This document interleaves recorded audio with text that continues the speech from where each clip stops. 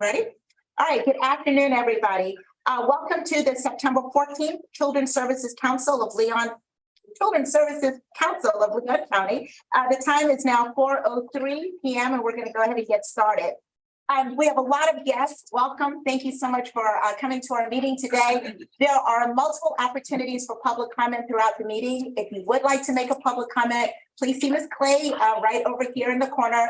Make sure you complete a card, and then at the appropriate time, we'll allow for those comments at the meeting. We will be adhering to a 3-minute statement rule for today. We do have another meeting at the conclusion of this meeting. So just please, I'm letting everybody know that we will adhere to that rule today. So thanks again. To my council members, thank you so very much for being here. Once again, I'm trying to do this as expeditiously as we possibly can. If you'd like to make a comment, please put your 10 cards up and I will do my very best to recognize everybody in the order in which I see them. Lastly, the truth millage or the trim hearing will be scheduled for this afternoon at 6:05. Therefore, I am going to be trying to move through this agenda as I said, as expeditiously as I possibly can.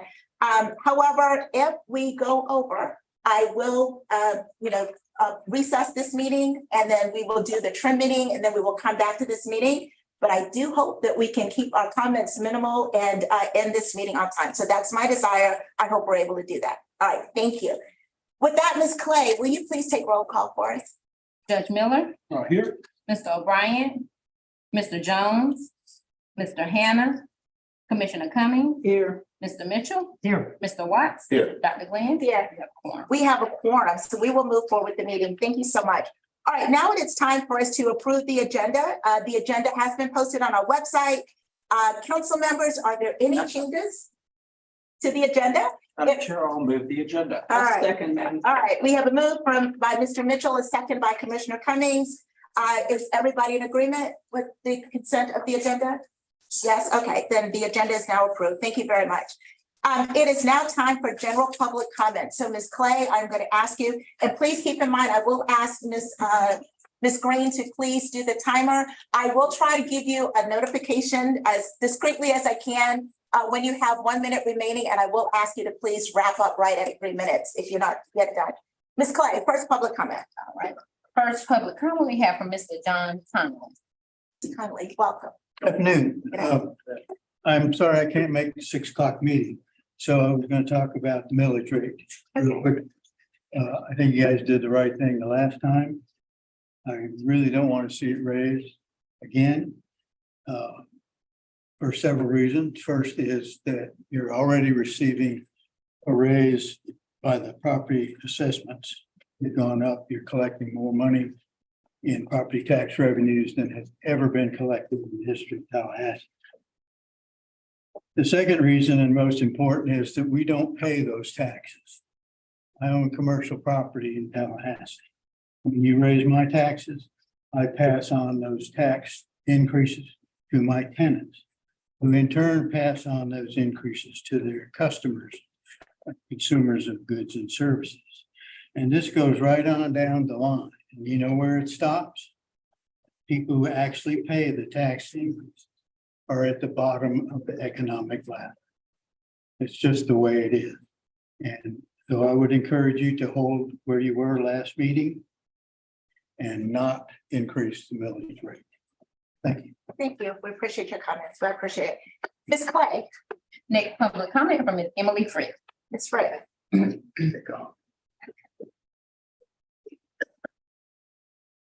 I've talked to this group several times about being more targeted in how you direct funds. And I still feel that way. I also want to encourage you to contract with higher quality providers. Now, I'm not saying that you haven't contracted with some high quality providers, but I think you should raise the bar. When the public was voting on the approving of the Children's Services Council, they were told that you would fund evidence-based programs. And the majority of the programs you funded are not evidence-based programs. Also, at the inception of this organization, you decided that you would consider funding some for-profit businesses. And remember, for-profit corporations are very results oriented because if they don't produce results, they go out of business. I haven't seen any effort to seek out information about any such organizations. I know there are a lot of good tutoring programs and software programs out there, and probably a bunch of other programs that I don't even know about. Have you even researched those? I haven't heard one word about that. So I'm encouraging you to contract with much higher quality providers. Number 3, I'm encouraging you to make your goals more specific. Your goals are very vague. You know, I come from a business environment. An example of a specific goal would be to increase school readiness scores by 5% by 2025. Increase school readiness scores by 8% by 2027. That way you have measurable goals and it'll keep your eyes on the prize and it'll give you more results. Also suggest, and she's probably going to cringe when I say this, that you give Mrs. Green very specific measurable goals that you use in her evaluation. For instance, something very similar to what I just said. 1 minute, okay. Again, she's probably going to cringe over me saying that, but for the vast majority of my career, I worked in a system where I had very specific measurable goals, and I did fine. And so did the vast majority of my coworkers. So number 1, please be more targeted on how you spend the money. Number 2, please seek out, you're going to have to seek them out, some higher quality providers. And number 3, please make your goals much more specific with numbers, because numbers are how you know how successful you've been. Thank you very much. Thank you very much, Ms. Booth. We appreciate it. Ms. Clay. General public comment from Ms. Johnson. Welcome. Thank you. Good afternoon. I am here because I can't attend the 6 o'clock meeting to speak on the millage rate increase. I know it's proposed to be a minimal millage rate increase, but there is no minimal for people at the bottom of the income ladder. And I have been at city commission meetings where the budget has been discussed and the room was full of religious and community leaders from the capital area street begging the city not to follow through with their much larger millage rate increase, because the people who would bear the burden of that increase would be the people least able to afford it. Affordable housing is a major problem, particularly affordable rental housing. And when those taxes increase, the landlords will pass those increases on in higher rents to people who are living in their rental properties. And many of these people are at the doors of social service agencies asking for rental assistance to prevent them being evicted, prevent increasing the homelessness rate in our community, which is already very high. And the biggest crisis in affordable housing today is affordable rental. And I don't mean affordable rental student housing. So I'm here to implore you to please do not pass the millage rate increase and pass on an even more difficult burden on people who can't afford it. Thank you. Thank you very much for your comments. I appreciate that. Ms. Clay. Next public comment come from Mr. Warren Cave. Welcome. Hey, how y'all doing? Welcome. Hey, thanks for allowing me to be here. As of yesterday and this morning, I was highly pissed off and upset. Been doing ministry in Tallahassee since 2000. I think I've helped maybe 1,000 men get their life in order. I don't know how much I've done with kids with backpacks, Christmas, Thanksgiving, the last 5 years. I became a 501c3 in 2001. And every time I try to get a grant or a loan, I'm denied. And so I spoke with Ms. Holly before I filled out the paper for the SIPs, and I was denied. But I spoke with her again today, and I want to commend y'all for even trying to make it where little people like me can get something. Thank you. It really makes a difference. I work from paycheck to paycheck for every time I wash a car. But I have a family and I'm continuously taking my money that I'm supposed to take home to make sure I can help people. But I can give y'all this. From February to today, I have 6 young guys that I've been mentoring, that their dad done got a job through me. I'm gonna continue to fight. I used to be homeless, used to be a junkie, so walking me down the street. Today makes 33 years that I've been out of prison, and I'm gonna keep doing it.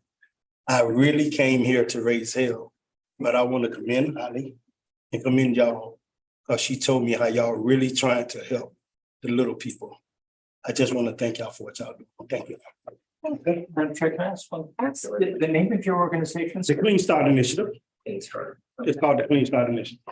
And I'm in leadership Tallahassee 41. through my ministry. Thank you very much. Sorry about that, but. No, I appreciate it. Thank you, Ms. Hodge. Ms. Clark. All right, public comment, Mr. Stanley Singer. Welcome. My name is Stanley Sims.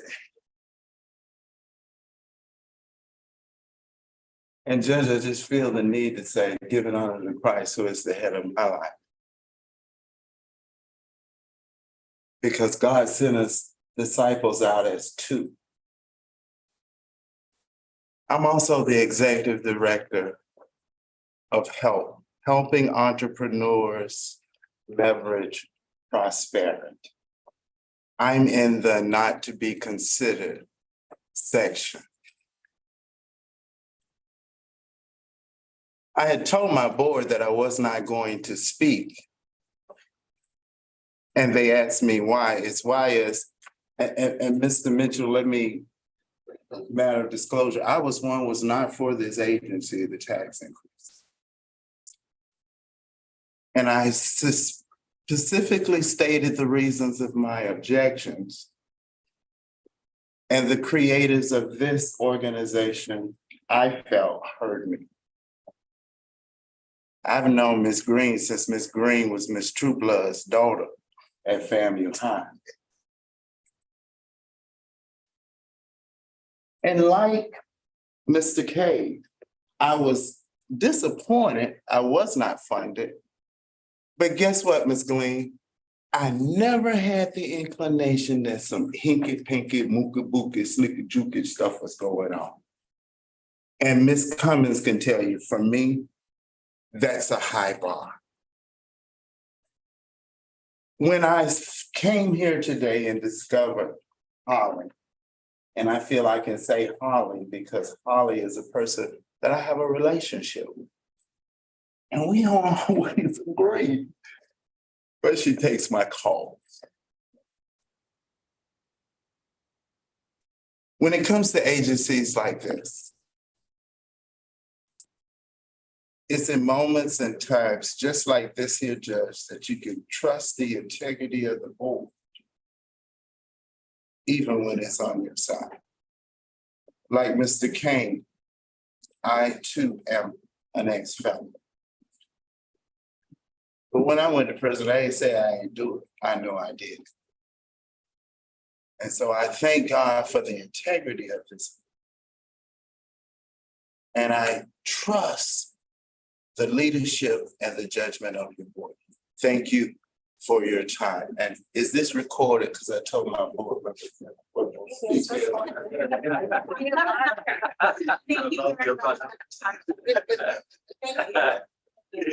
Clay. There's no more public comment. No more public comments. And I do want to thank all of you for taking time out of your day to come and be a part of this conversation, a part of this dialogue with us. It does mean a lot, and we do want to hear from the community. So I just want to personally thank you all for being here today. Okay, with that, it is time for us to approve the consent agenda. So all the council members did receive a copy of the consent. Oh, please let the record show that Mr. O'Brien has joined us. Thank you, Mark, for being here. All right. In the consent agenda, we have the minutes from our July meeting. We have the financials for July and August. We also have the executive director's report. So, Madam Chair, I'll move the consent agenda. well, thank you. He is reading my mind today. All right, so we have a motion to approve the consent agenda. We have a second from Ms. Cummings. Is everybody in agreement to approve the agenda? Yes, all are in favor. Thank you very much. All right. So the agenda is approved. So now it's time for our general counsel update. So Mr. Rowe, I'm going to turn it over to you. Thank you, Madam Chair. Just a couple of quick updates on next month's meeting. The board previously had established January as its annual meeting, but that changed after initiation. Now it's October. So at next month, October, at annual meeting, I will give a short refresher, sunshine law, public records, some of the ethics stuff, and also parliamentary procedure under the meetings. And then two, a reminder that it's almost time to initiate the evaluation process for the executive director. That process has to be concluded by December 1st. So probably at the next meeting, about circulate the evaluation forms. They return in about a month, at which time I'll tabulate the results to make a presentation at the November meeting. So that it can be. Thank you very much for that. All right, so I do hope everybody's in attendance to the October meeting. Please mark your calendars now. Mr. Rose can have a lot of content for us. Thank you. All right, now it is time for a very important discussion. We're going to discuss the Family Resource Center Management Procurement. I do want to let the council members know that we have been tasked to review the revised ITN and the scope of work. They were both emailed to us in ample time back in early September. If you need a copy of it, it is in our packets on page 15. The final draft of the proposal with any feedback that we've gotten from the committee, from the council members is also in your packet. That's on page number 19. Also, we have been in discussion with this since last July. So I hope everybody has ample opportunity to take, be able to look at and review it. I'm hoping that we can conclude this today. So I do hope everybody's prepared for that conversation. Because of our trim discussion, I am planning to limit this conversation to 20 minutes. So I am going to ask once again, Ms. Green to please put up the handy dandy clock. And if we can do this within 20 minutes, I would greatly appreciate it. Please give us some indication when we're halfway, and then 5 minutes, 3 minutes, just so we have an indication as to where we are. So now with that, I'm going to stop talking, and I'm going to turn it over to Sika to get us started with the review of the Family Resource Center procurement. Thank you, Madam Chair. So Chair Glenn has already told you what we're trying to do today. Just by way of reminder, we had previously issued, this council decided to reissue, reprocure for the Family Resource Centers. We provided you with the information so that you could get any input. And Holly is going to walk you through the 5 questions that we sent you so that we can put those finishing touches on this ITN. The plan is, if it is approved today, it will be issued on Monday, September 18th. So that's this coming Monday. And I have to tell you that we have gotten what I believe are lots of calls and inquiries from some very high quality organizations that want to submit for this ITN. The last thing I'll say before I turn it over to Holly, and some of you may have gotten this either in an email or through a conversation. One of our staff members who is a member of the national consortium of Family Resource Centers got updated information that said that on average, the return on investment for every dollar spent on a Family Resource Center is now $4.93.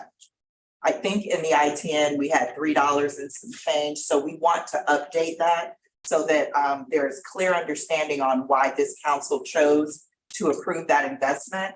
And then the next thing that is important is that there is a 65% increase in the outcomes for families that participate with FRCs and a 63% reduction in maltreatment of children that are part of families that deal with FRCs. So I did want to put that out there for you. And so with that, I'm going to turn it over to Holly, who acts as our procurement manager, and she will walk us through the questions for the IT. Thank you, everyone. I just, as a kind of a reminder, the version that we sent out to you, I believe it was August 7th. It included all of the discussions, the questions, the additions that you originally provided during the July meeting. So all of the suggestions to break things out, be more specific, all of that. Every email and verbal comment that I received was incorporated into that version. Then I believe it was September 5th that Ms. Green sent out the revised version of where we were, including all of those, and gave yet another opportunity for some submissions basically in response to this very first question of does the statement of work provide that ample background and information for the creation and operation of the FRCs to meet your expectations. Almost everything, with the exception of one individual that we received, was Scribner's, like kind of grammatical errors. Like, you said that you were going to have an exhibit here and it's labeled incorrectly over here, or this is like this. So it was really, so I just want to say thank you to everyone who read it and took the time to provide that fresh pair of eyes that did catch some of those numbering issues. So there was a handful of just kind of grammatical edits. So the version that's in your packet now does incorporate all of those that we received. And then finally, just to provide clarification, we will be creating a new addendum to, once it's published, that would be the frequently asked questions document.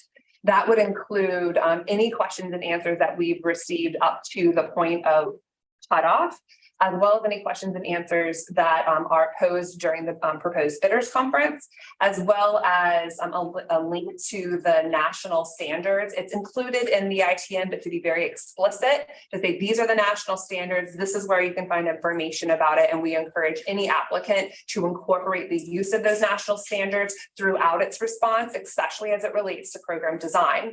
And then finally, making sure that the link that we provided to each of you and that we posted on our social media around the virtual tours, we received a lot of positive feedback that those virtual tours were helpful and to see what an FRC looks like in action. And so that will also be included in the FAQs document. So at this point, are there any other substantive changes, or to answer the question, does the revised statement of work meet your expectations?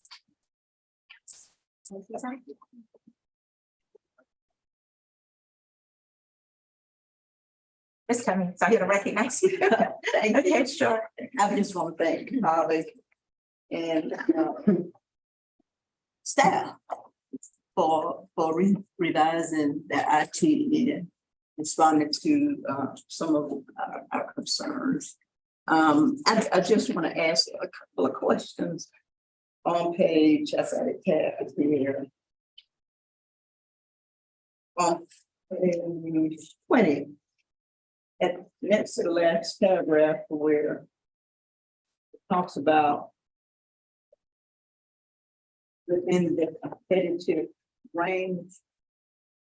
Do we have a glossary that would define terms like that? Yes, ma'am. There will be an evaluation manual that will accompany, and actually one of the questions that two of the questions that we'll talk about here today in the process is who serves on the evaluation team and who serves on the negotiation team, and what each of those point values are. Okay. Once we define that, an evaluation manual will be published for the reviewers to use, and that will help to go through that initial evaluation process. That's then we'll come back in a public meeting, review those scores, and then determine based on those scores what that competitive range is. You'll recall in the first iteration that the evaluation committee did not feel that any of the submissions met that competitive range. But as Ms. Green has indicated, for this particular version, we received a lot of really great input, not only from potential vendors, but also from our FRC partners and other communities on ways to enhance and strengthen the VIT and instrument itself so that it is stronger and more explicit in communicating expectations. And I just had one, hopefully I'm within my 3 minutes. On page, with home page 22, with the middle and the deadline, I'm just trying to understand or statutory, what have you, while we would require the submitters to have their packet delivered either by US mail or by courier, bound copies, which could be very expensive. What prohibits respondent from just bringing it here and getting it stamped in? So I was wondering about that because it's extra cost.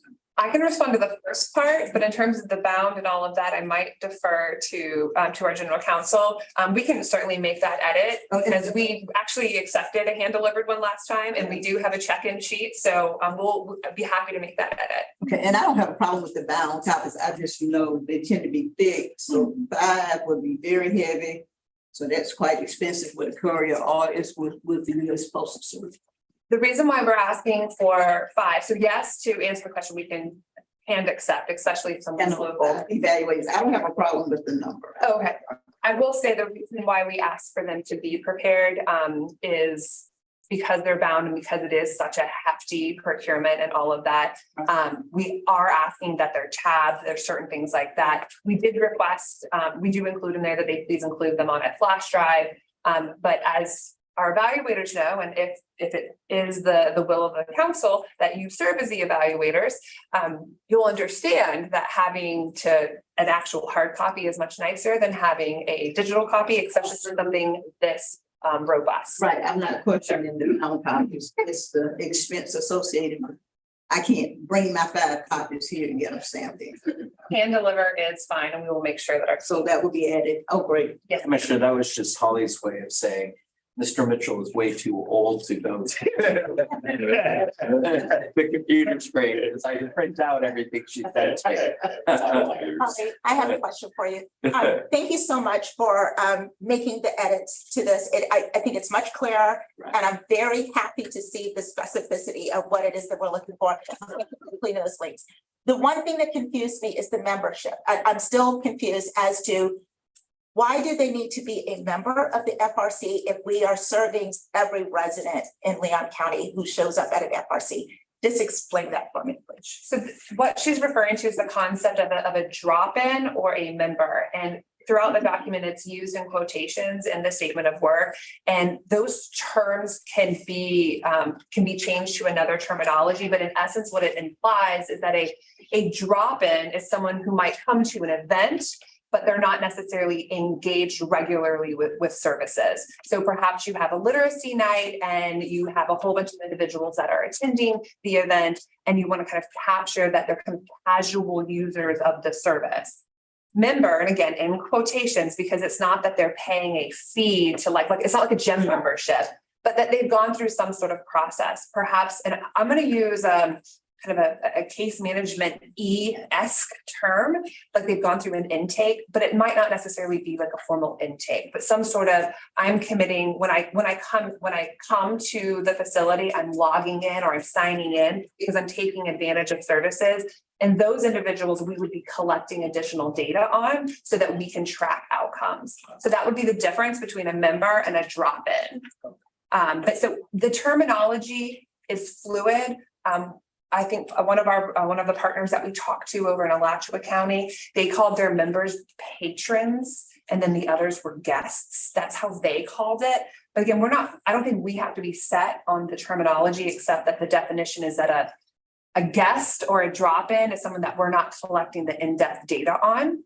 Maybe some, I'm going to say kind of surface level demographics, and a member or a patron is someone that we're actually tracking some outcomes for. Okay, thank you. Any other questions before we go on to our next question? Okay, I think we're good. Let's go to the next one. The next question was, does the council believe that the following terms are achievable and properly resourced? So what is being proposed is to establish a minimum of 2 FRCs with the option to establish a third upon successful implementation of the first 2.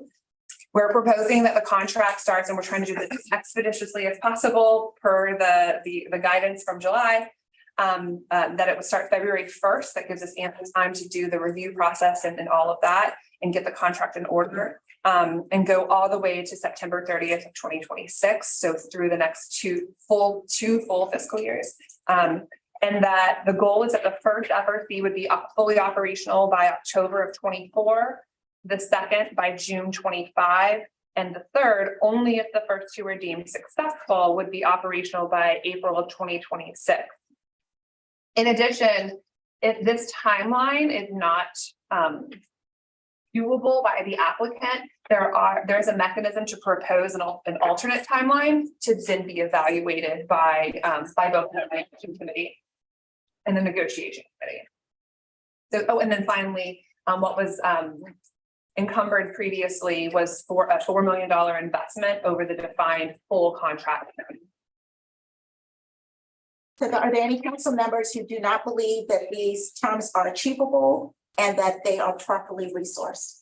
Mr. Mitchell, you're thinking? Well, I don't want to put Go ahead. I have a question. Go ahead, please ask your question. Because my answer is not yes to that, and I feel comfortable with it. Holly, the original procurement time that we delayed by asking to start from scratch and redo it was originally going to go live November of 2023. August of 2023. So thank you. And Yeah. All right. And so what I'm trying to figure out is the contract dates. Did we just take it and just move it forward? So we're still serving the community for that period of time. If we find that there's someone that we want to award this contract to. Almost. It's actually a little bit longer for the same amount of money. Because originally it was going to be 26 months. Our goal is to get all of our contracts because we are the startup. Our goal is to get us eventually on our contract terms. Okay. Right. On that annualization. So originally it was 26 months. Now, if I do my math right, I think it's 30. Ish. Oh, Okay. ish. 30th month. Yeah. We're actually going a little bit longer. So it will be a little bit longer for the same amount. Very good. Thank you. Thank you, Madam Chair. No, you're quite welcome. All right, any other discussion before we go to the next question? I think you have several questions, right? I have 3 more. Okay, 3 more. Okay. We have 8 minutes remaining. Okay, sorry. So if everyone would turn to, it was page 3 in the original. So this is actually going to now be on page 20, minimum qualification of vendors. I just want to confirm that that definition of the minimum qualification of vendors is appropriate. For ease, I've also put it up on the screen. So if any entity, nonprofit, for-profit, government, or entity is eligible to submit a proposal, provided the vendor is able to demonstrate at least 5 years of experience providing FRC management services or those materially similar to the requirements specified in the statement of work. Is that in the last one? It was in the last one, and there was some concern raised, but never changed about an eligible vendor if we only wanted to have a nonprofit vendor, if we wanted to open it up, and related to the number of years. I just want to make certain that those persons who qualified before submitted the original applications would then qualify for the subsequent one that we then put out. If I may, the 5 years of experience providing the FRC management services or those materially similar, one may argue that that maybe those that submitted before didn't necessarily meet that. That's why we wanted to point this out. That was some of the debate that came up in the evaluation committee of, are those services the same type of services? So if we interpret it loosely, I would say yes. If we interpret it very stringently, I would say no. All I would suggest is that when we made a decision regarding how we did this, we were very, very clear to those respondents that they could submit again. And I just wouldn't want those same responses to then potentially be disqualified because we've since changed the rubric by which we would be measuring them. That's all. Now, the similarly material or those materially similar to the requirements specified in the SOW seems rather vague. It is intentionally so that we could allow for more versus less. All right, But to be clear, the statement of work is more explicit now than it previously was. all right. Thank you. Mr. Mitchell.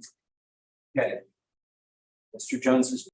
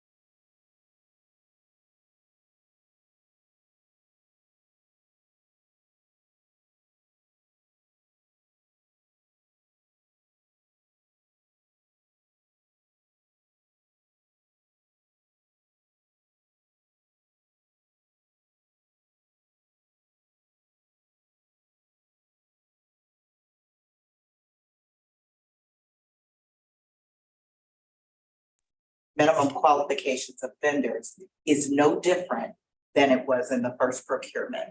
Those previous applicants applied and they were judged. So with that, in my mind, that answers the question as to whether they can apply again. Now, the statement of work looks different. So they would need to create a proposal if they choose to apply again that speaks to this new statement of work, not the old statement of work. No, they'd So- they'd have to reapply, basically. Well, yeah, they'd be reapplied, but what I wanted to be careful is creating a challenge by someone who didn't apply. Because our wording says that those that did apply absolutely will be considered, and I don't think that we want to get into that space. It's our finger on the scale. Ms. Conlon. I'm brief, I'll be very brief. They don't need. I don't want us to get in a position where we can be looked at from a council standpoint of creating a new statement of work that specifically excludes the two vendors that applied before. So I think it's a twofold, you see what I'm saying? It's a twofold argument. We're saying it's a new statement of work now. It is. I know it, but we're more specific. The reason I was saying that, my understanding is why we had to scratch this thing was that we were looking at, like, why only two people? Why was there not enough interest? So the motivation was, had two, and one was substandard, and the other one, 71 or whatever. And it was not, that was pretty much the focus from the discussion that I recall. And so the statement of work had to be changed because we were wondering why people didn't apply. Did people understand it?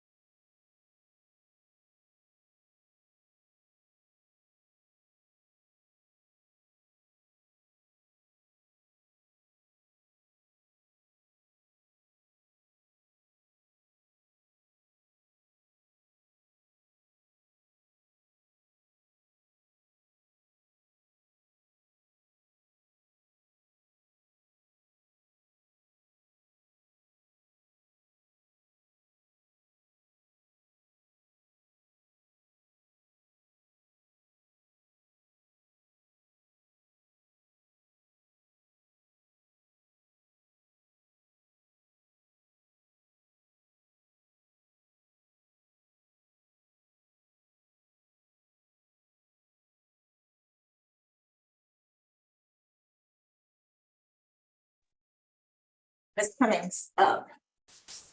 Madam Chair, I just have a question because we've had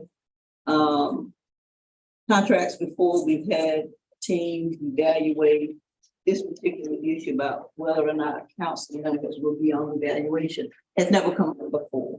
So why is this different from what the procurements that we've done? So we did discuss this at a previous meeting, and I know it we may have did. been when you were out, yes, ma'am. But I think some of the council members were wanting to serve in a capacity on the evaluation team. And so that's why the staff is bringing it back to us. Are we going to serve on both the evaluation and the negotiations team? Or are we going to rely on the expertise of our volunteers that served us on the evaluation team in the past? And it would not just be on the evaluation team, but we would be on the selection, the council would make the selection as well. And I'm not sure if we need to have Go ahead, some you need to clear, clarify. we would ultimately make the selection. So let me update very quickly, quick summary on how we even got to this question.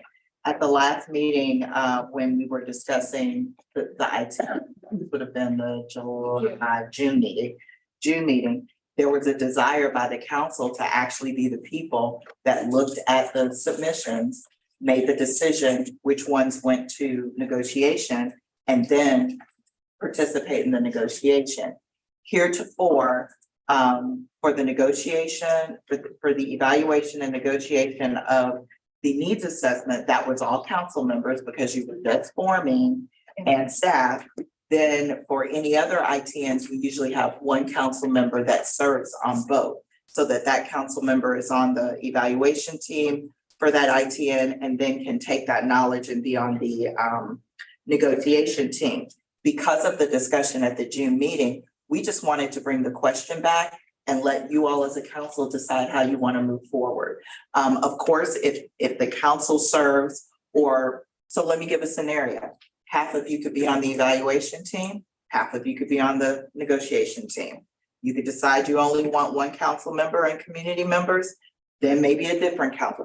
So you can create this any way you would like to do it. We just want to make sure that we are honoring your wishes when it comes to the submission, review and negotiation. Mr. Jones.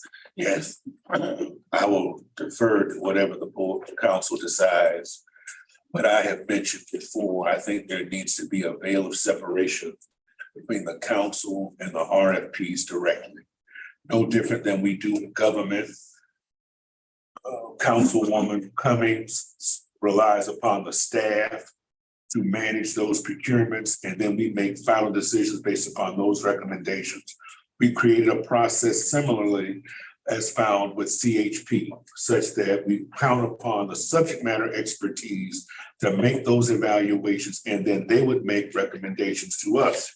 And then that creates, it's almost as if we kind of depoliticize the procurements directly, because we count on others to make that review, and based upon their recommendations, based upon what will have been a statement of work that we will have approved, methodology that we have approved, and then we give that to our public to provide us with responses. And then we want that layer of subject matter expertise, those persons who are working in those areas and in those silos, to then be able to provide a level of expertise that I don't know that I necessarily have. And then based upon their recommendations, based upon price and other intangibles, we would then make a final decision.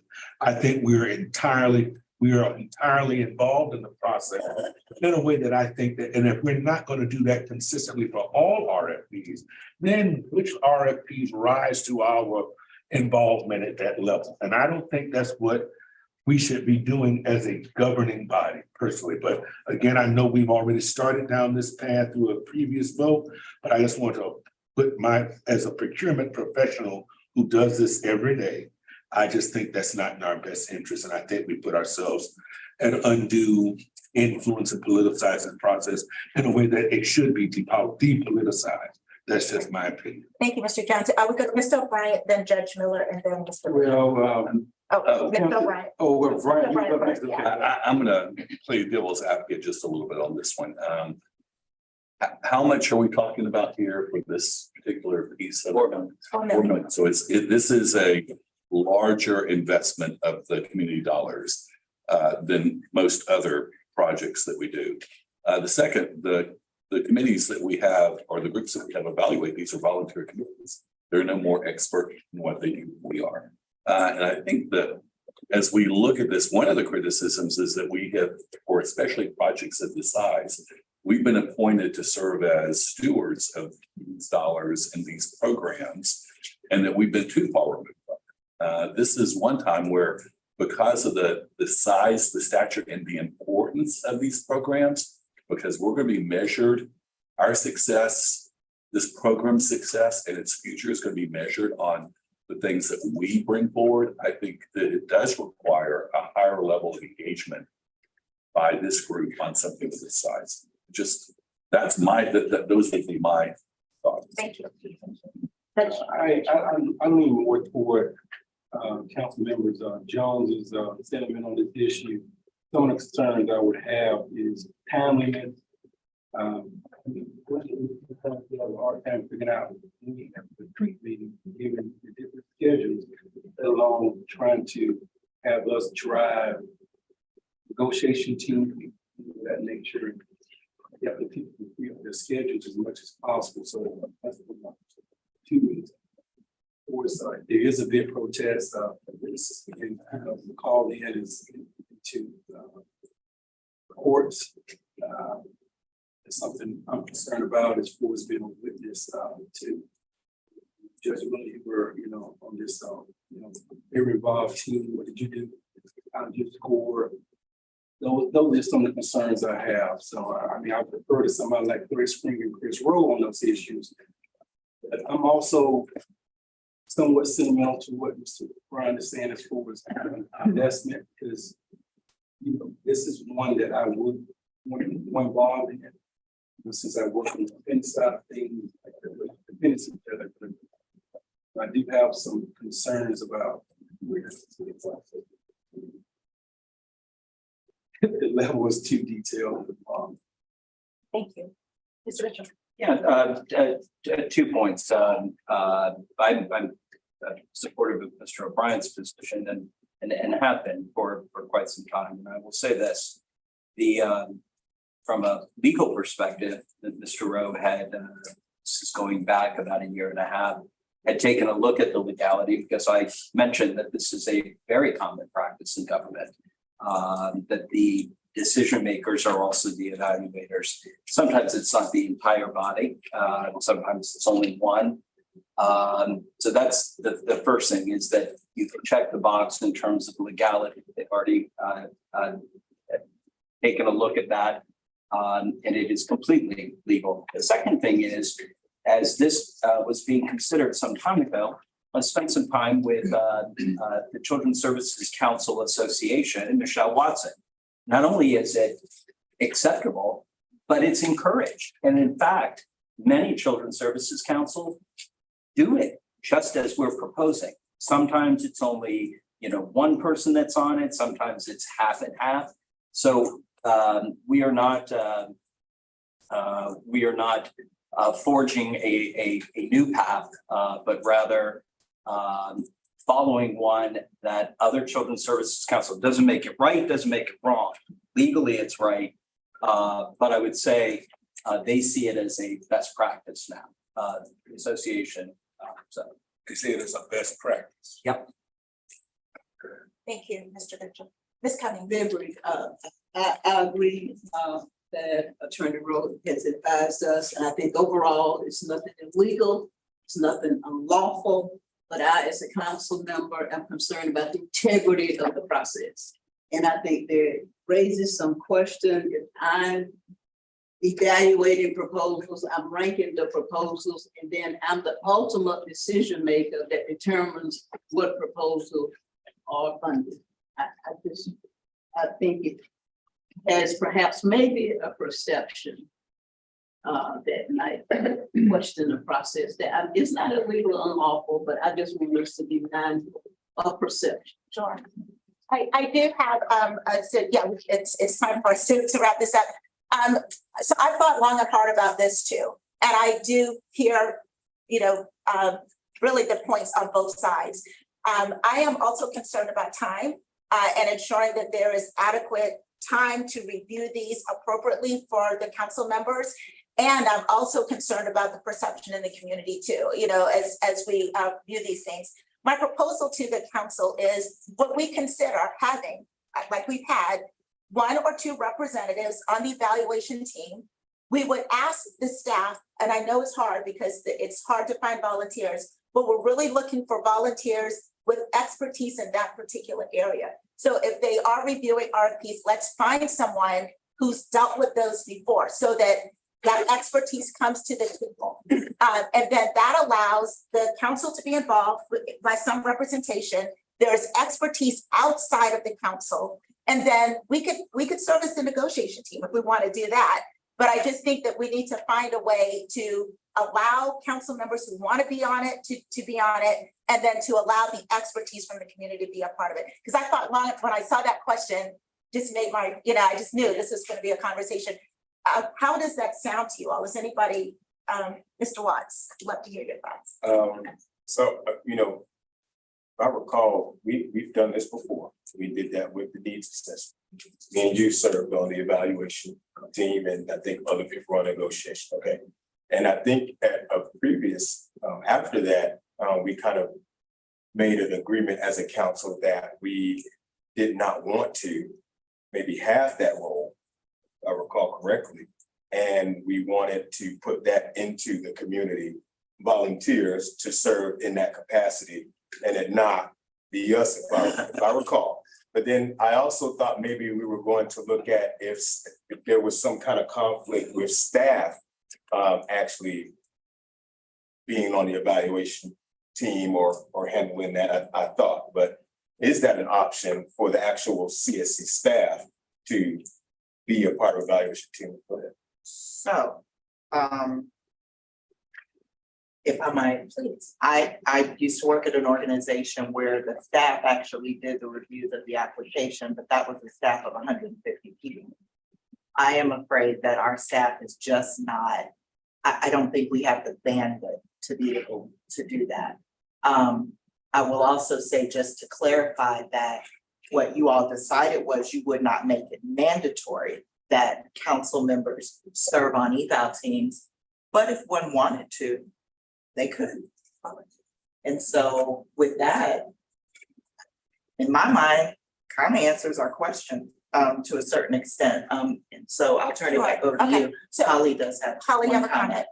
I think that the decision to kind of put it into the hands of the public was for our RFA and RFP processes. Every single time that we've done an invitation to negotiate, there has been a member of council who has stepped up and served on that. You'll even remember with Samus, thank you, Mr. Watts. I think you played that role, but also thank you, I think, to Superintendent Hannah and Mr. O'Brien. Y'all gave me staff members from your teams to serve so that we had the subject matter expertise. So I just did want to clarify that every ITN where we're selecting a single vendor, or potentially a vendor that's partnering together, I guess, with an ITN, you could make them work together.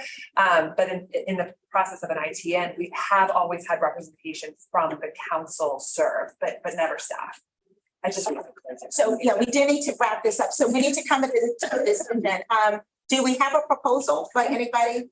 I do. I have a motion. I have a motion that that's sort of a hybrid that basically says that the evaluation team will be appointed by the executive director, like all evaluation teams, and that those members of the council who would like to serve on it just need to let her know, and that we do our very best at working with the public, not necessarily all in Leon County, but maybe there's someone, we could do this over Zoom, that has a true expertise in these family resource center or the like. So we have real expertise. And that would be my motion. For both the evaluation and the negotiations team? Yeah, Just to clarify. okay, so that was for the evaluation team. The reason, the negotiation team. Yes, it's the same. Mr. Okay. Mitchell, the Yes, sir. negotiation team is the team who negotiates with the person who was awarded, correct? Yes. Well, I can. Hold on. With the entities that the evaluation team decides to move forward. Right. So if you get 5 applicants, the evaluation team may only suggest that 3 of them move into negotiations. And so the negotiation team would work with the 3 to decide which one gives you the best and final. And that's the one we want to. It's sort of like the super evaluation. Right. There's a screening We team have a runs motion on the table. Do you second that, Ms. Cummings, or are you withdrawing your second? Well, Want to clarify? right, I think we should bifurcate it. Have the negotiation it's the team same. separate. But it's the same process. Same.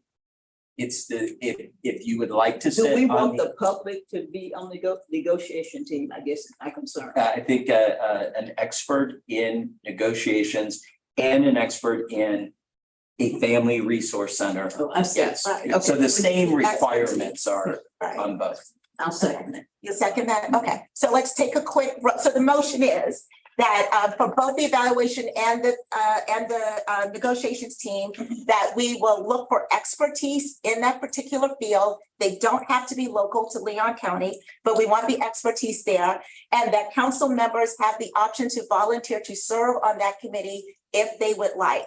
And I think that's it. I think I captured everything. All right. Right. Let's take a roll call, Ms. Clay, please. Thank you. Public comment. There is no public No comment. Public comment. Okay. Roll call. Judge Miller, Yes. Mr. O'Brien, Yes. Mr. Jones, Yes. Commissioner Cummings, Yes.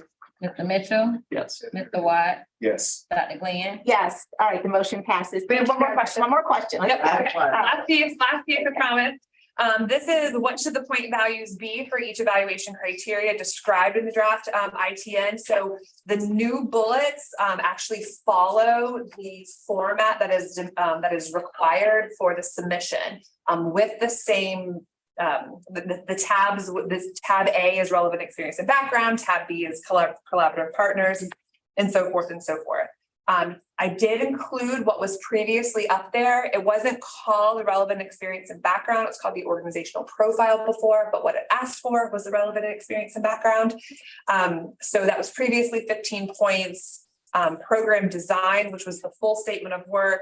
Now we've broken that out to per the council's direction to be very specific about awarding collaboration and understanding the partnerships that are coming to the table so that we're not recreating the wheel, but engaging the existing programs that are operating particular neighborhoods. You also previously the suggested locations was just wrapped into program design, but that piece of making sure that where they're located was explicitly brought out and included in not grave more detail, but a lot more detail. There's 3 exhibits that are attached to the ITN that helps understand census tract zip codes and even school feeder patterns for it. Evidence of effectiveness was previously 15 points. That section hasn't changed as much except for being more explicit about their requirements. Proposed pricing was previously 25 points. And then one of the things we talked about possibly doing is participation in the bidders conference. Do we want to award a potential like bonus point for that? So what we're wanting to come up with for this section, ideally, it all equals 100, but we can prorate anything if you just want to make suggestions for how we move forward. Mr. O'Brien. Just a comment, the points don't add up to 100. That is Yeah, correct. That's correct. So just want to make sure that if we're reassigning numbers.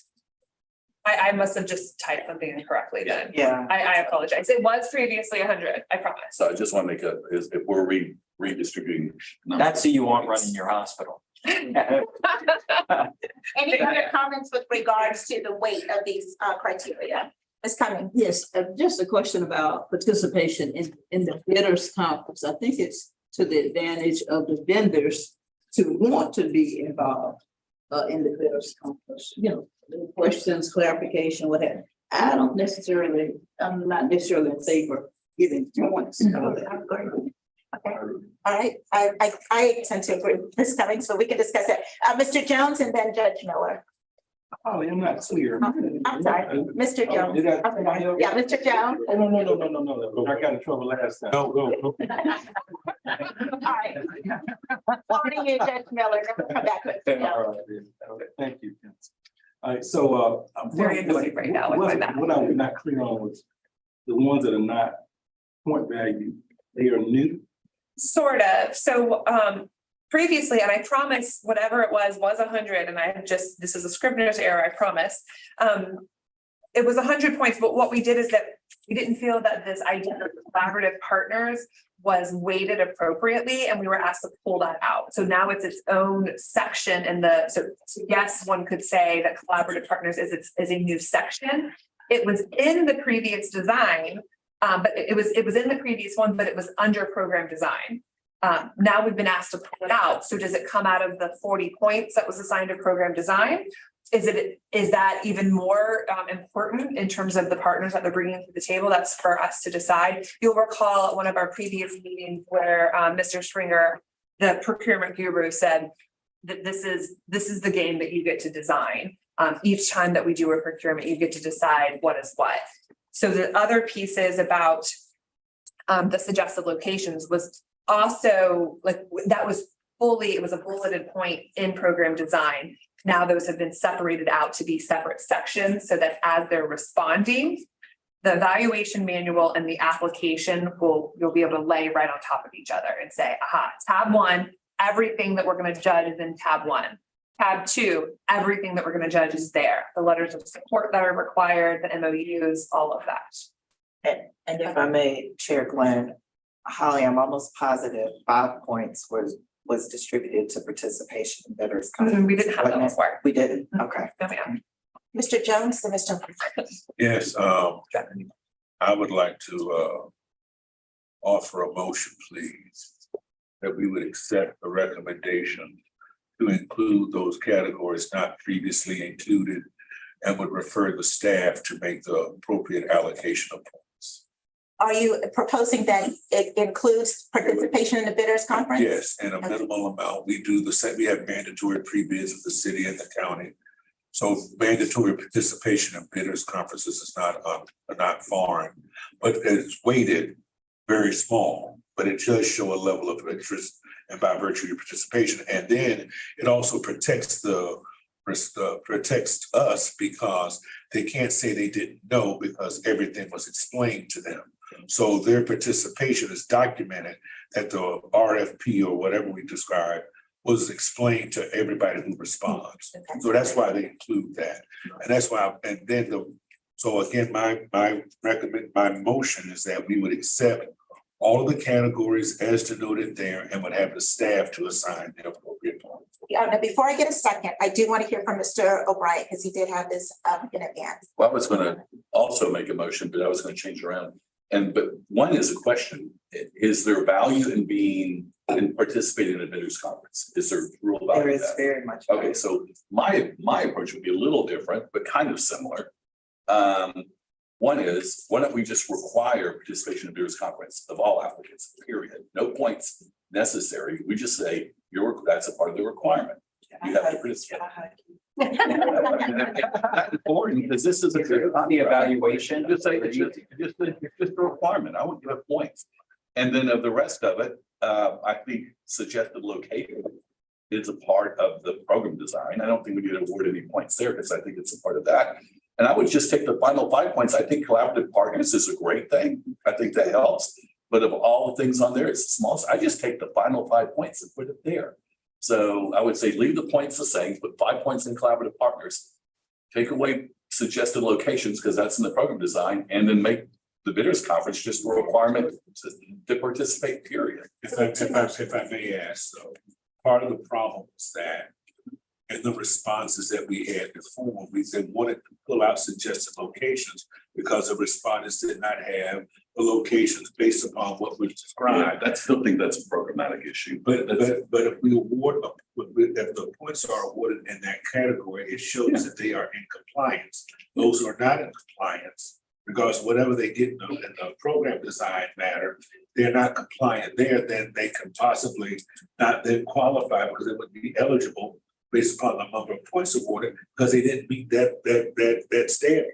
It's just part of the 40 points. Or they would move, the eval committee could decide that because of that, they don't want to move them to the next. Right, and if it's in program design, they could, what the value that they would put on suggested location as an evaluator may be minimal compared to what we would want or what the staff needs would be the value of making sure they're in those census tracts that we've identified. So Mr. O'Brien, are you opposed to including locations as a part of your proposal? I just would say the locations is already part of it. It'd just be part of the program design. And you score it in there. I'm just saying it's scored as part of the bigger, because the program design should include locations as a part of it, I right? think Mr. Jones is advocating for keeping it as a separate line item, and That I'm means we trying. have to redistribute points then. Or just have more than 100. But we were already More than that. redistribute. We're already gonna redistribute. That's true. points. Yeah. Give it. Okay, all right. So we have, okay, Mr. Mitchell, and then we'll move on. Yeah, I get totally good with either of their motions. I'll support it. I would only ask that the collaborative partner piece, we have talked about the importance Yes. on all projects, the importance of people working together. Right. So I'm glad you pulled it out. And I heard Mr. O'Brien say 5 points. Yeah, I would like it to be more. And that's my preference, but I'm good with both of your motions I do have a Well, you comment, didn't make a I do need to go forward. or whatever. Oh, It was okay. a motion, We but do- it was not. We got a motion. So we do have a motion on the floor. Do I have a second? I second. Okay, we have a motion, we have a second, and your motion includes leaving locations in there, right, Mr. Jones? I want to make sure it's clear. Okay, we have a second. Ms. Clay, so the motion on the table, I don't know. I don't know what I'm voting on. the motion My is, the motion, because we took all these comments, we should have dealt with my motion, took the second, and then opened up the floor for comments after that. Because I had a motion on the floor, it should have got a second, or let it die for lack of a second. My motion was that we would accept all of the staff recommendations and would refer the scoring of the same to staff. That means the allocation of points would be a recommendation coming from the staff. They would accept all of their recommendations to include collaborative partners, suggested locations. And I do agree with someone who said we could just make it mandatory and take off the participation. So it would just be the addition of collaborative partners and suggested locations. That's my Thank you, Mr. motion. So I Jones. That's still the motion. second. All So right, then you modify your, I just you did modify it. modify. yes. So the motion on the table is to accept them all, to remove the bidders conference. And make it. That would be mandatory, correct? And that the staff will then do the weighting of those. Okay, so we have a second. Let's do a vote, Ms. In discussion. Oh, I'm sorry, yes. Time for discussion. So I just want to make sure, because I think I like this. The answer to the question, what should the point values be? The answer to the question based on the motion is that's up to the staff. The staff is hearing members of the council opining on certain positions, including the importance of collaborative partners being high. Correct. Absolutely. That's all And I need. I just want to add to, as the In the staff minutes. weighs into this, I think the locations are very important too. And so just keep that in mind. I think it's very important that they put those RFCs where we say they need to be. So I think that's important. Okay, FRC, thank you. May I ask Yes. a question?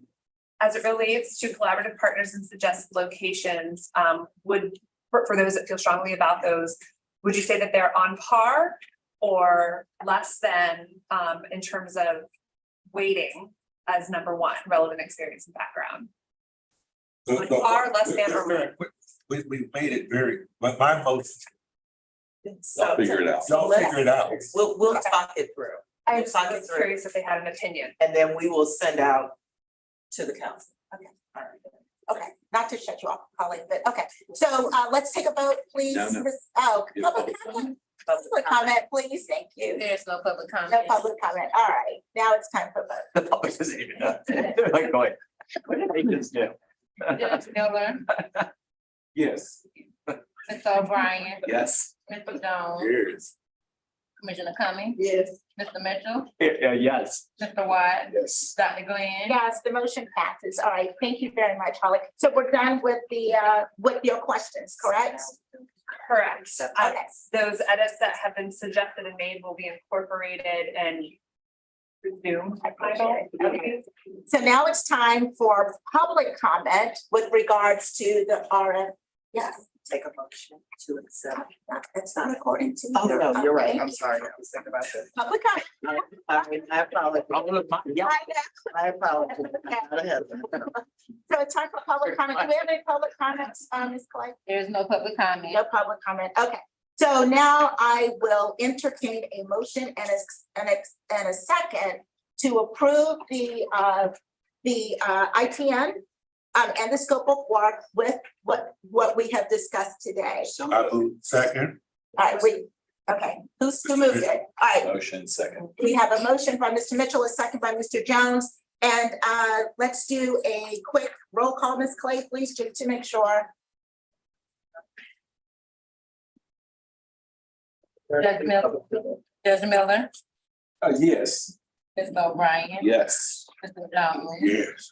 Commissioner Cummings, Yes. Mr. Mitchell, Yes. Mr. White, Yes. Dr. Glenn. Yes, and the motion passes. We have an ITN that's ready to hit the street. Thank you all so very much for your discussions here. All right, it is now 5:20. I am trying to convene this meeting at 6 o'clock. So let us talk about the small investments this year. So with that, let's see. Okay, so the council members, we were asked to review the SIPs proposals that came in. We were to send to Holly our top 8 and the lower 4. And then, Holly, I'm gonna turn it over to you and Ms. Green to kind of discuss where we landed with those and move forward with recommendations. Yes, so before I turn it over to Holly, this is the handout that you should have. It's a chart. I think it's underneath the summer funding program. And so thank you to all the council members for providing input regarding the application. Just to remind you and our audience, this is our small investment for program success. There are 4 areas in which small programs can apply. Nonprofits only, with a budget of no more, an operating budget of no more than $100,000. There were some entities that were not deemed eligible due to various reasons. We sent you that information. And what you have in front of you are the eligible applicants, and they are grouped in 4 categories right there. What we would like to do is I will turn it over to Holly. She will give you a brief overview on how we got to these 4 categories. Then I'll come back and we'll talk about how you go about approving the ones that you would like to fund. Holly. So just thank you everyone for submitting your scores, and this is not a rank order, but rather a grouping order. So there were often times that there were ties, if for lack of a better word. So what we did for those ties is group them accordingly. The ones in the top is highly recommended. This means that there was unanimous or nearly unanimous support from all of the council members who submitted their scores. The second category of recommended, that was support from multiple council members. So maybe not like all of you across the board, but the majority of you, yes. The one that says consider is that there was some support or there was mixed support. So what that means is some of you might have identified it as favorable, others might have said not so much. And so that kind of like back, if you will. And finally, the last category is it just did not stand out from the rest. Because you were only given 8 votes each, they just didn't kind of rise to that level. It's not to say that those applications were not strong or warranted work, it's just that they didn't stand out from the rest. So what you have in front of you is kind of grouped that way in those 4 categories. And the 5th column is the rolling total, so that you understand if you took them as groups or if you took them individually, just where it was to add each of them. Again, because they weren't in rank order, that's why we allowed the grouping so that you can see. I do have the spreadsheet up and available, that if we need to do other math that related to the totals, we're able to. So keep in mind that we have that you all approved $150,000 for this program each quarter. So the amount that you've approved is a total of $150,000. If you look at the highly recommended and go down to the rolling total, excuse me, I'm trying not to cough, and you get to the last of the recommended, you will see that we are at 149,424. I just want to bring that to your attention. As always, if you would like to fund more than 150, you have the ability to do that. If you'd like to fund less than 150, you have the ability to do that. And so with that, I'll turn it over to you, Madam Chair. Thank you so very much. And thank you all so very much for categorizing these for us. I think this makes it a lot easier. And thank you for the rolling total. I think that was very important for us to see. So with that, I will entertain a motion and a second to approve whatever it is that you all want to put out on the table, and then we'll have a discussion around it. I have a motion. Yes, Mr. Miller. I have a motion that we approve all the highly recommended and recommended at the funding level of $149,000. All right, we have a motion on the table and a second. All right, thank you very much. It is now time for discussion. Is there anybody that has a comment or would like to add some? Okay, Ms. Cummings and then Mr. Watts. Mr. Jones. Oh, Mr. Jones. What do we call for public comment? The public We do the comment. discussion first Okay. and then public comment. All right. All right, Ms. Cummings, I think I saw first, Mr. Watts, Mr. Jones. Oh, first, okay. Thank you, Madam Chair. I just have some concerns. Because the purpose of the SIPS funding was to assist organizations that are providing services to our children and other, in the community. And when I got the email, I understood that all 22 of these entities met the criteria for submission. They were accepted. And there were maybe about 8 or 9 that didn't satisfy the criteria, but all 22 of these satisfied the criteria. The highly recommended and the recommended, I understand, is based on council members ranking what entity that they wanted, right? But I guess my concern is all 22 of these groups that we have here, profits, nonprofits, satisfied what we felt were services that were being provided to the community. The other point is we, the council, set the tier at 15,000 for program funding. It doesn't mean that we have to allocate 15,000 to all entities. So what I would rather do, rather than penalizing entities that didn't make the top tier because of our meaning council members, our subjective analysis, I would recommend that we fund all of them. And I'd like to do a substitute motion that we divide 150,000 by 22 that qualified and give them, I believe that it would come out to be $5,000–6,000. And for these entities whose budget is very low, I think that would still make a difference in what they do, and it would help enhance their programming and allow them to probably be more competitive for services that we try to procure here for our children through the children's services. I'll second it for discussion. All right, we have a second motion and we have a second, another substitute. Substitute. Amendment. Oh, I'm sorry. Let's take it. Yeah, There was there's a already a motion on the motion. The table. motion was to accept highly and Oh, wait, other one. Correct. was highly and read I'm sorry. by Judge Miller. And then the second was Mr. Mitchell. Okay. So let's, And I did the substitute motion, right, okay, which goes first. so what's procedural? I think I need to hear the rest of the. She did a substitute motion. The We have a second second. was by comments. Councilmember hold on a second. The second was by Councilmember Jones, so now there's discussion on that motion. Okay. All right, discussion. I see your hand up, Mr. Watt. Yes. No, if I may, I seconded it Correct. for discussion and put this up because I wanted to ask. You want to ask it. Right. I'll do no harm, but because my concern about the substitute motion is that the responses were written for $15,000. And if we were to lessen it, if we were to provide an equal distribution and give them 5, that doesn't mean that the needs for which they wrote for are necessarily met.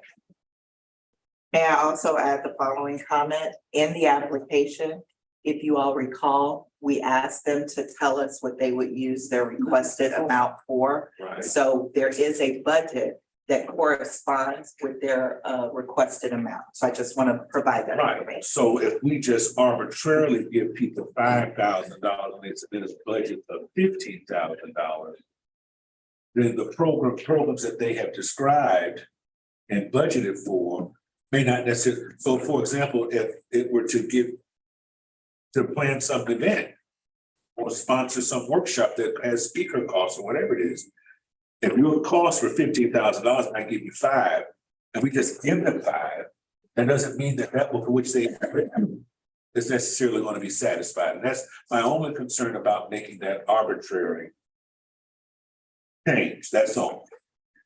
They just want to offer that. All right. Mr. Watts, then Mr. Mitchell.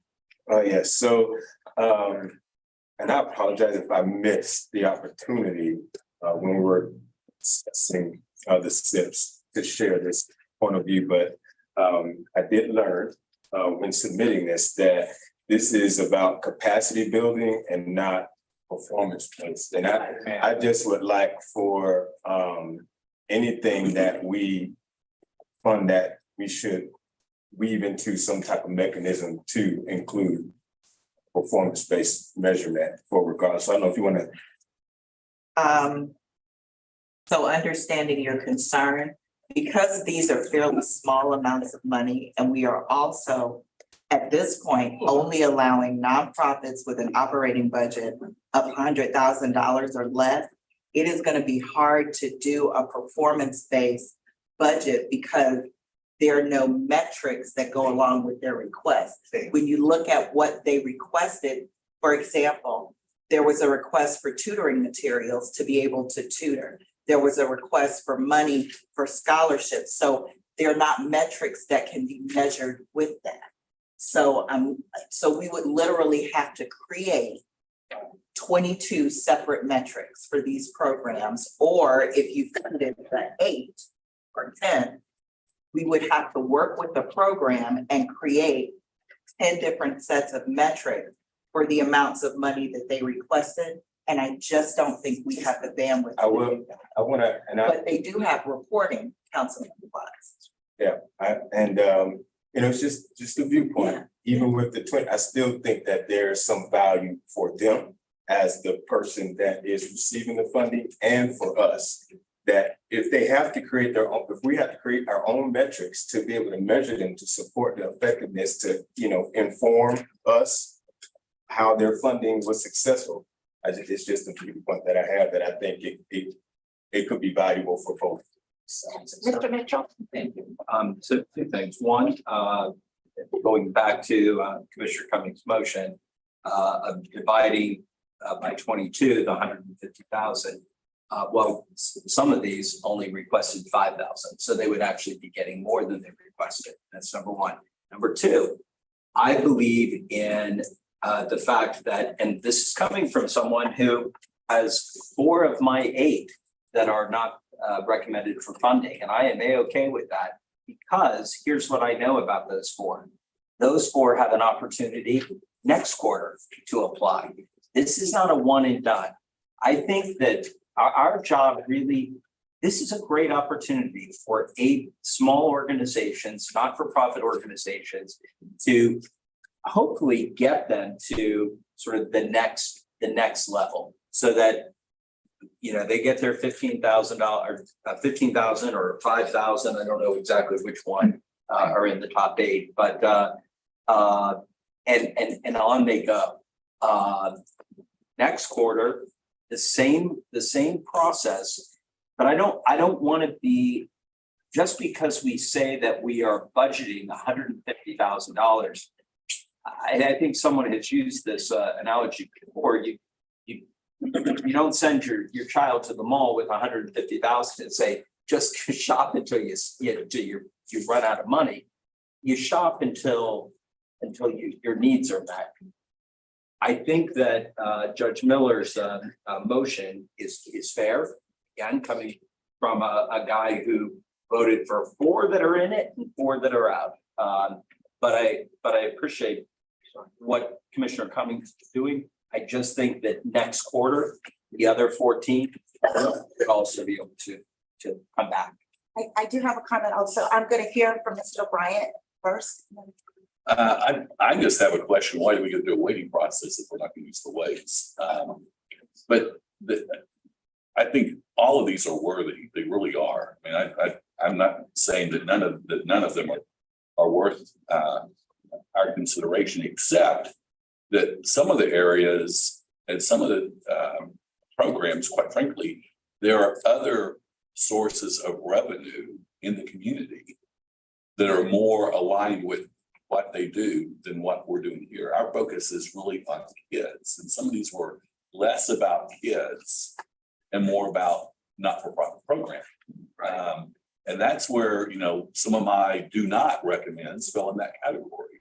And so I do have a little bit of an issue about sponsoring programs people apply, and like I say, they're great programs, but I go back to, you have to make a case that you're here about improving the lives of children and their ability to be successful in the future. And like I say, there were several of the programs there that were a pretty far step away from being kid specific. I'm sure you could wrap kids into anything, but that's where, several of the ones I did not recommend fell in that category of, well, I don't see how this really relates directly to kids. I mean, and also that there were other sources in the community where they could reach out and draw down funds. Thank you very much. So Ms. Cummings, I appreciate the alternate motion that you brought to the table, but I completely agree with Mr. Jones. I would be upset if I were to apply for something and told somebody I need $20 to do it, but then you give me $10 and say, I still need you to do it. And so I feel as if it would be a disservice to those that said they need $15,000 to do something, but we only give them a third of what they asked for. So that I have an issue with. And then also too, just because, they all qualified, they all were eligible, just like when I taught, I told every student in that class, you are all eligible for an A. The fact that you're here, you're eligible for an A, but you got to perform to get it. And I just don't feel as if some of these perform to get that A. And I do think that we need to. So those were the issues that I had with your second proposal. But so now it's time for public comment, and then we will vote. Any other comments? No. Okay. So do we have any public comment? All right. First public comment, Mr. Stanley Snell.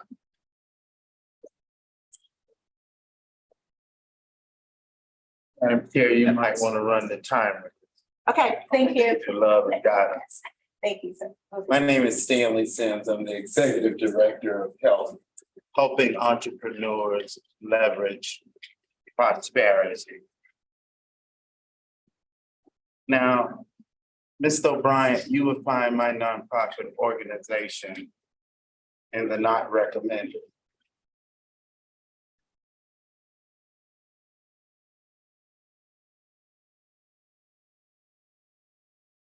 Being a child who costs $50 to come into rural, I was born on State Road 12. Back then, we called that the Quincy Highway. My mother went to Lively,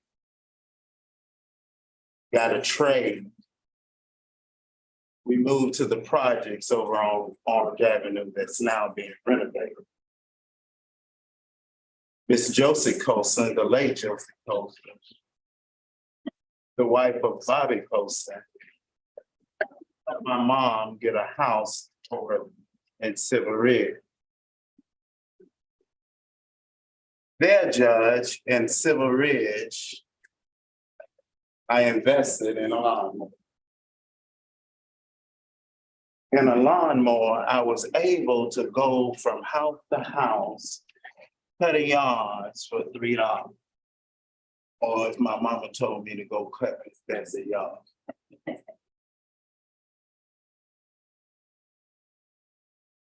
And forgive me if I forejudge you wrong. Sometimes it's hard to see the connection where teaching entrepreneurship to children in living in economic depressed areas is challenging if you're not walking in their shoes. I want to stop right there. Second, Mr. Mitchell. I do understand, and Mr. Watts, that we must be accountable and good stewards of our taxpayer dollars. So a part of me do require measurement and accountability.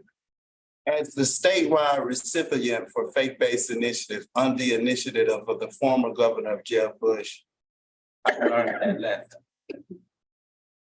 But here, to not use this mechanism as a form of capacity building for individuals like this would be remiss of your goals. I do understand your issues, but I do need to bring you back in focus of the Pacific children and the Pacific families we're trying to go. And we cannot advance children if we don't advance their parents. Thank you very much. We appreciate your comment. Oh, I did that. That's the time. Thank you very much. Emily Fred. Okay. Stop that now, stop that. Well, I didn't intend to speak again, but listening to this discussion, can't help it. One of the biggest mistakes that I'm seeing some organizations make is they have the mentality that everybody should get a trophy. Please don't be one of those organizations. Got to go for the best. At the beginning of this meeting, I said, go for the best. And I agree with Mr. Watts that there should be performance measures. You are going to be judged a couple of years down the road, how this organization is doing and whether or not you've moved the needle on children. And if you fund everybody without being very targeted, and if you don't put in performance measures, you're not gonna move the needle. So please, go for the best. If I were sitting with you guys, I would vote in favor of Judge Miller's motion, but I'm not, so I'm asking you to. Okay, thank you. Thank you, Ms. Fred. Any other comments? Next public comment, Ms. Kelly Ida. Bobby, welcome. Hi, thank you. I wasn't going to speak until I started hearing this conversation. With $15,000, there's only really two things you can do. One is capacity development. The other is done in a day. Amen. It's one and done. It's like you're doing an event, you're doing a semester thing, but $15,000, I thought that the argument that we were trying to resolve was that the criticism that the same old organizations always get funded and the grassroots organizations don't. And there's truth to that, but it's often true because the organizations are more sophisticated, that we're an expert at program development and we're experts at writing the story in grants on how to get that funding. The best thing you can do for small organizations is capacity development so they can be competitive to go after the larger grants. I think it felt like everybody's all over the place about why you ranked, how you ranked, and what you ranked. And when I looked at the applications, some are done in a day, some Tallahassee Robotics asked for development dollars so that they could expand their ability to do better later. I think there's a critical piece missing in this entire conversation, which is what we really want to do is raise up the small organizations so they're competitive with the people who are writing for the larger chunks. And they can't do that doing a done in a day thing. They do that by learning how to write grants, by learning how to tell the story, and that costs money. So I was just a little confused by what the goal of the small grants is, because there's some in there, you're going to give them the money, they're going to do their thing, and it didn't help them one bit come back later and be competitive. And I think they need to compete with those of us that have been doing it for a long time. I think we need to help them be better so that they can get a lion's share of the money or more of the money in the greater pots. That's my 2 cents. Thank you very much for your comment. Oh, Last public comment, Ms. Christie Henry. Hey, y'all. Christy Henry, 3121 Pontiac Drive, or depends on who you ask, 2207 Pontiac Drive. I come here as a resident of 2 communities. My home that I live in is in Census Tract 1001, which is South City. The community I am the president of is Census Tract 1002, which is the Greater Appalachian Ridge Estates community. And so when I saw the CSC funding come out, I did follow the RFP, I did follow the process, and I applauded the ability for this group to be capable of funding grassroots organizations. I know that a lot of them, they are spending their own money. A lot of what you don't see reflected in their application are the dollars, and the time equate to dollars that they have invested in the organizations. So I do applaud you, Commissioner Cummings, on making the bold recommendation that they all get the resources, because they're going to do the work anyway. They're just going to do it without CSC funding. I would ask that as we continue today, and however this goes, I do understand, process, and respect it, and respect the body of this work on the works, this body and its work. I would ask that we consider putting together a framework based upon Mr. Watt's input of figuring out what can be ascribed as capacity building. Because I know as a grassroots organization, I may want to enroll in a process that teaches me how to be better. I may want some steps to show how I can show my progress. I may want to go and align myself with a mentor, big sister organization, because I'm doing the work anyway. And then if I can get better at telling my story, I can attract more dollars to my organization. So I just want to make sure that I made voice about these. I have been a grassroots organization. I have a lot of grassroots organizations, but I know the struggle is real. And thank you all for the work that you are attempting to do to create inroads so that they can get the funding they need to do the work they're going to do anyway. Thank you very much for your comments. I appreciate it. Very nicely said. We have one more. Last public comment, Ms. Trisha Yada Young. Young, welcome. Greetings, everyone. Gonna be very quick. I just wanted to say thank you all for the council for being here, and to the public as well. My name is Mama Yada, or Trisha Young. I've been here to the meetings a couple times. So this was my very first time actually completing a grant application for CSC funding, and it was very stressful. And but I was very excited to be able to complete it. The council was very helpful in getting me to the right resources that was needed. I just want to share a story. Recently, I went to one of the children's funerals that passed away. Someone got shot. I think one of the children behind Day Street. And my biggest takeaway from going to that funeral is that how many people are changing or shifting what they're doing after our children are dying. What are they doing to connect themselves to the community, to be of some service, or are we just going home and going to sleep and going back to our regular routine?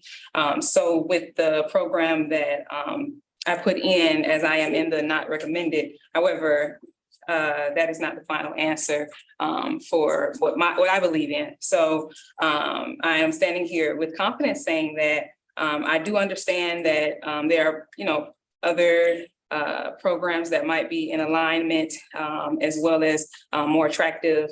But do not fret that this program that I spoke of in the Melanin Mothers Meets funding principles of problem solving will not go unnoticed. It will be spoken of, and we will be hearing about principles of problem solving, or POPs, for quite some time, because what principles of problem solving recommends.